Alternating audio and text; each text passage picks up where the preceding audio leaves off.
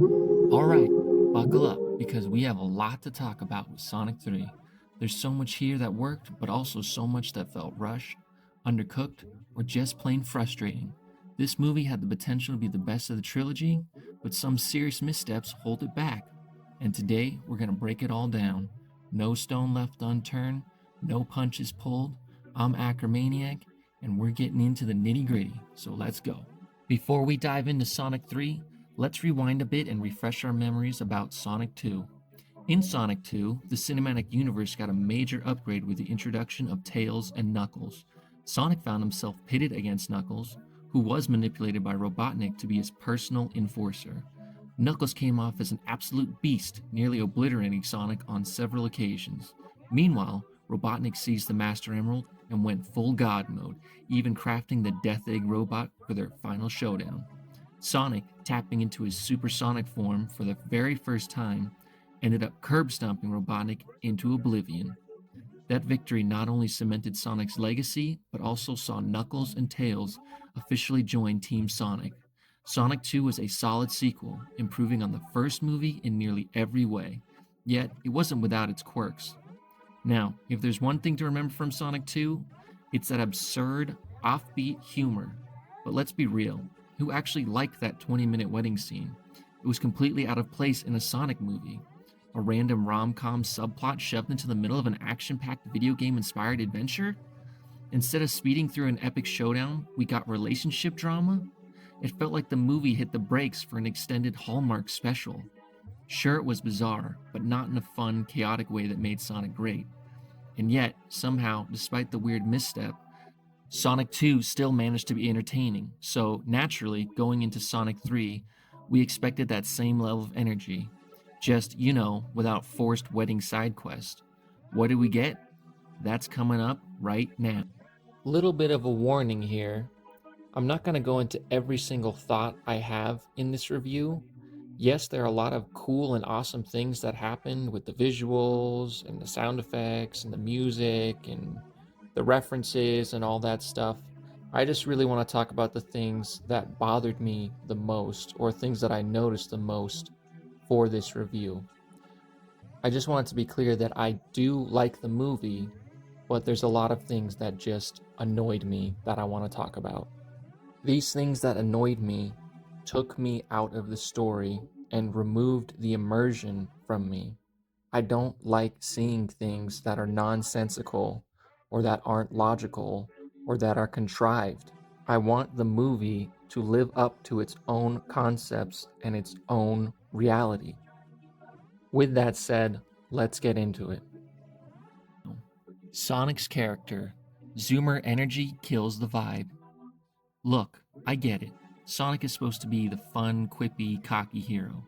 But this version of Sonic? He's like a preteen who just discovered TikTok and Fortnite. And this is the third Sonic movie. Seriously? For the third time, he's still acting like a preteen?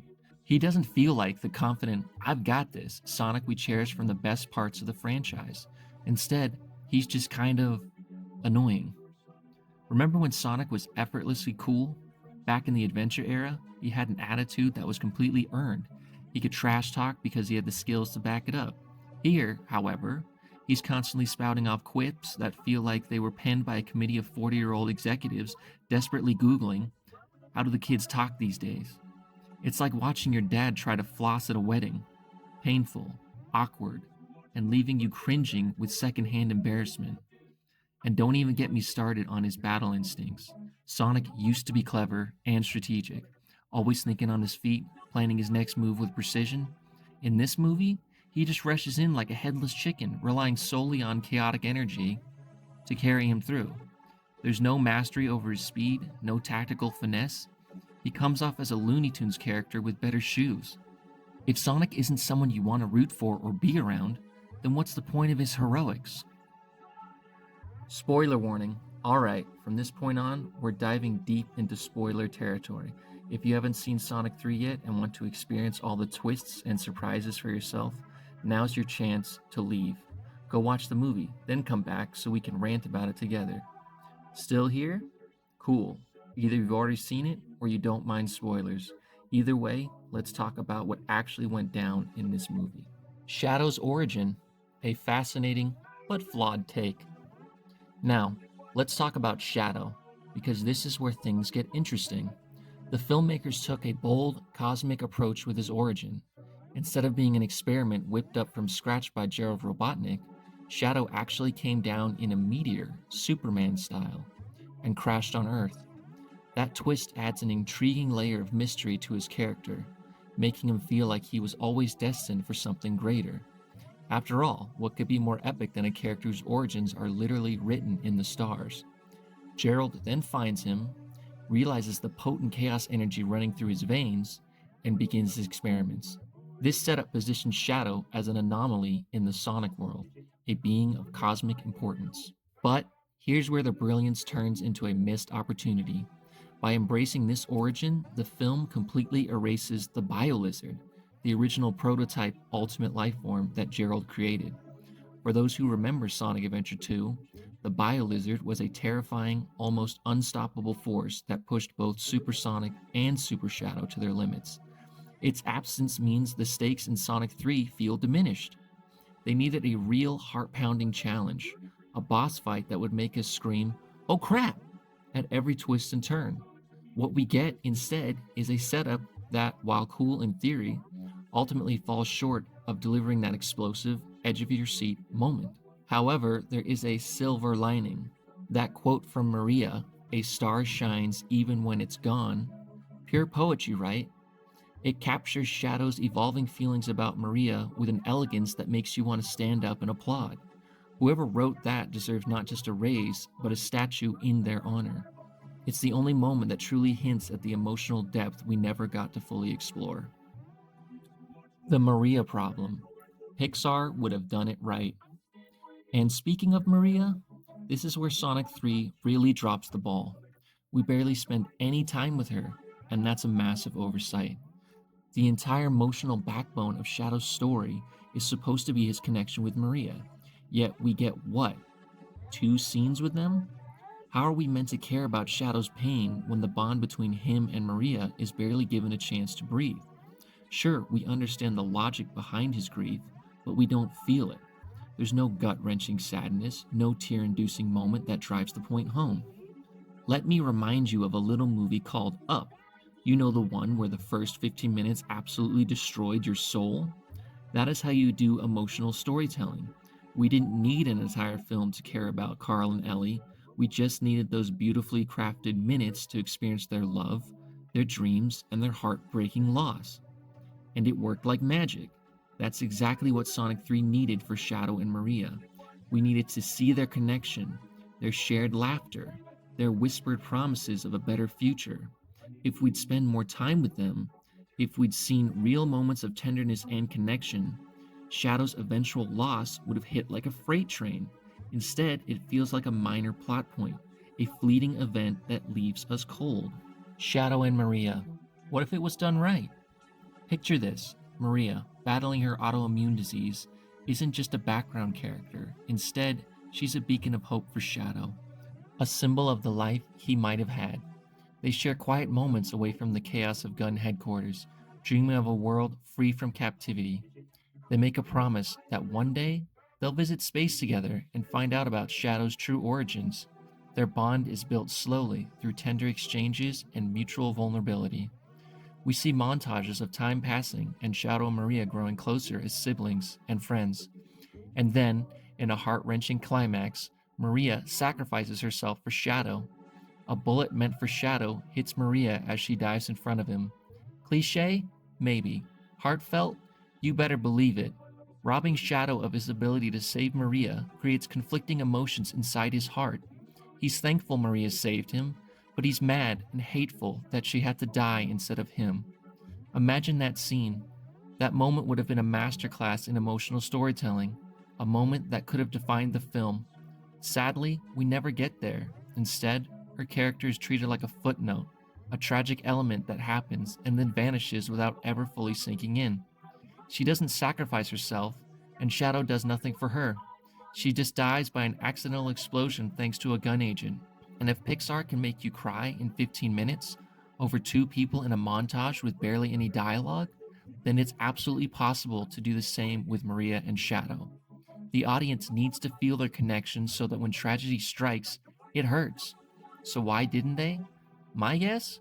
Too much focus on unnecessary scenes. Look, I get it. We need action, we need spectacle. But what if we trim some of the fluff? Maybe cut down on the overuse of quippy humor. Maybe dial back on some of the excessive side plots. Give us a full 10 to 15 minute sequence showing Maria and Shadow growing up together in captivity.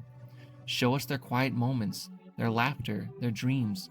Make us care, because without that, Shadow's arc feels like a checklist of events rather than a gut-wrenching tragedy. If you want to see how I would fix Shadow and Maria's relationship, I'm working on an upcoming video where I'll reimagine this arc with all the emotional depth it deserved. The stakes need to be real. More pain, more consequences.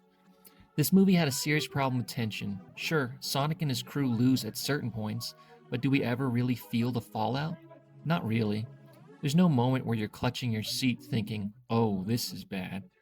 What if Knuckles had actually rushed in headfirst, as he always does, and broken his arm? That injury would have forced him to adapt, to rely on teamwork to cover his shortcomings. It would have made the next battles feel hard-earned and real, not just a series of choreographed stunts with no lasting impact. Take Tom, for example. The guy gets injured, but it's treated like a minor inconvenience. Now, imagine if Tom had been caught in a devastating collapse, buried under rubble, and we were led to believe he was dead. Sonic's whole arc about not letting anger consume him would have hit with a gut punch when he later discovered that Tom survived against all odds. These are the kinds of gut punches that make you feel every beat of the story. Without them, the film just doesn't have the weight it needs. Robotnik and Agent Stone, the weirdest dynamic. Alright, we need to address this one. Robotnik and Agent Stone's relationship is getting bizarre. What started as a delightfully twisted mentor-sidekick dynamic has veered into territory that's frankly uncomfortable. It's like they're flirting with a semi-romantic vibe, and that's just not working. Robotnik, our unhinged maniacal genius, should be a force of nature, not someone with a weird soft spot for his henchmen. Either it's a script issue or the actor completely misinterpreted the tone, but this dynamic needs to be dialed back. If we're going to have Agent Stone in the picture, let him be the loyal, if slightly pathetic lackey that he was meant to be. Heck, if it comes to it, let Robotnik have to roboticize him into a scratch or grounder-like minion, preserving the delightfully off-kilter dynamic without crossing into the territory of awkward romance. Like, come on, are we gonna make Robotnik gay? Is that the plan for Sonic 4? Robotnik is gonna be gay with Agent Stone? No, man, we can't be doing that. Robotnik is just the evil force that Sonic has to overcome. The maniacal super genius that creates robots for Sonic to fight. Don't make him gay. What are you doing? Jeff Fowler, wake up. We're not making Robotnik gay. Stop it. I actually love Gerald and Robotnik's father-son-like dynamic. The goofy VR adventures, the dancing, it's fun and quirky. It's interesting that the movie lulls you into thinking Gerald genuinely cares for his grandson, only to reveal he's just using him for revenge. Great twist. I just wish we saw more of Gerald's emotional torment, his pain over losing Maria and being forced to build the Eclipse cannon. However, his death, comedic gold, poked in the butt, thrown into the chaos energy, zapped away like a bug. Amazing, perfect absurdity. Captain Rockwell, wasted potential, and the road to Rouge? Now, let's talk about one of the biggest missed opportunities. Captain Rockwell. Kristen Ritter's character had so much promise. She could have been a game changer, but instead, she's just there. Captain Rockwell appears, delivers some vague exposition about Gunn's machinations, and then vanishes as if her purpose was only to fill time. Look, I know she has a little battle with Sonic and crew, but it ultimately leads to nothing. After she hands over the Eclipse Cannon key to Tom, she just disappears for the whole movie. What a waste. There's no real arc, no emotional weight, no reason to care about her fate. In a movie where every character should be driving the narrative forward, Rockwell ends up as a bland afterthought. Alright, how about this radical idea? Somewhere in Sonic 3, we find out that Gerald Robotnik, in an effort to create a new, more controllable version of Shadow, develops a secret experiment under Gun's watchful eye, codenamed Rouge. This creature, designed to be a perfect soldier, is created using Shadow's DNA. But in a catastrophic accident, Captain Rockwell becomes entangled in the experiment, merging with the incomplete entity through some good old-fashioned science. Now, I know what you're thinking. Isn't this too much for Sonic 3? Wouldn't this take away from Shadow's story? Absolutely not. If anything, it enhances it. Shadow stumbles upon this warped, unfinished version of himself, a creature still forming, still incomplete. For a brief moment, he feels a strange sense of familiarity, even sympathy. He tries to free it, but in the end, he fails. The movie only teases this mystery, hinting that Rockwell's fate is tied to something much bigger. Maybe there's a brief, unsettling moment where Shadow discovers evidence of this transformation, just enough to plant the seed for what's to come.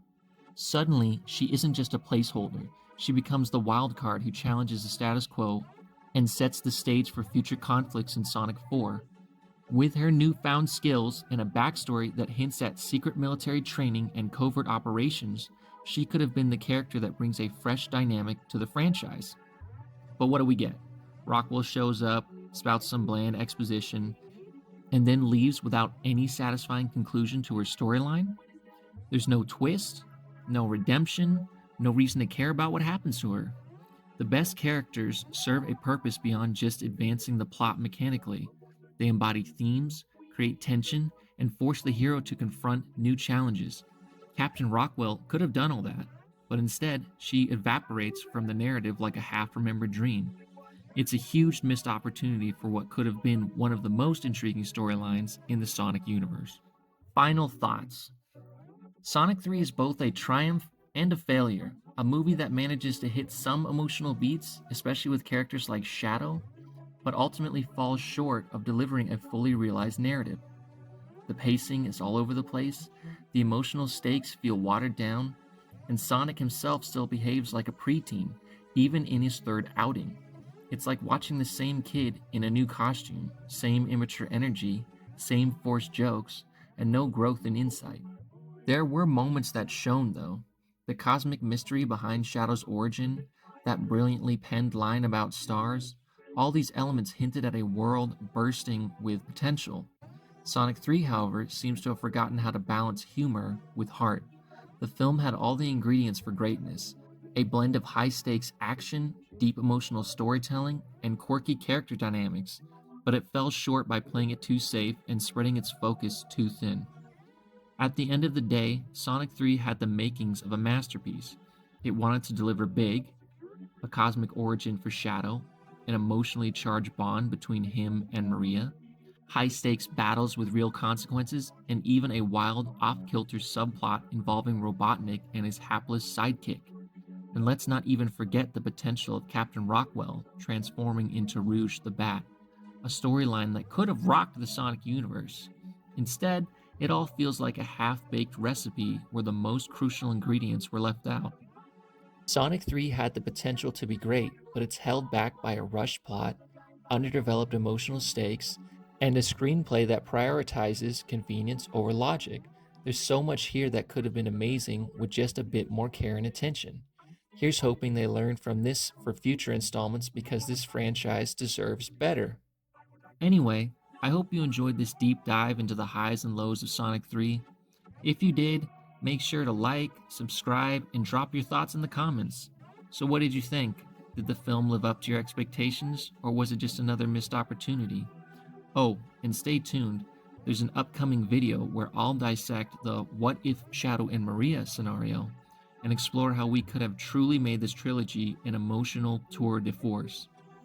I'm Ackermaniac, signing off until next time. See you later.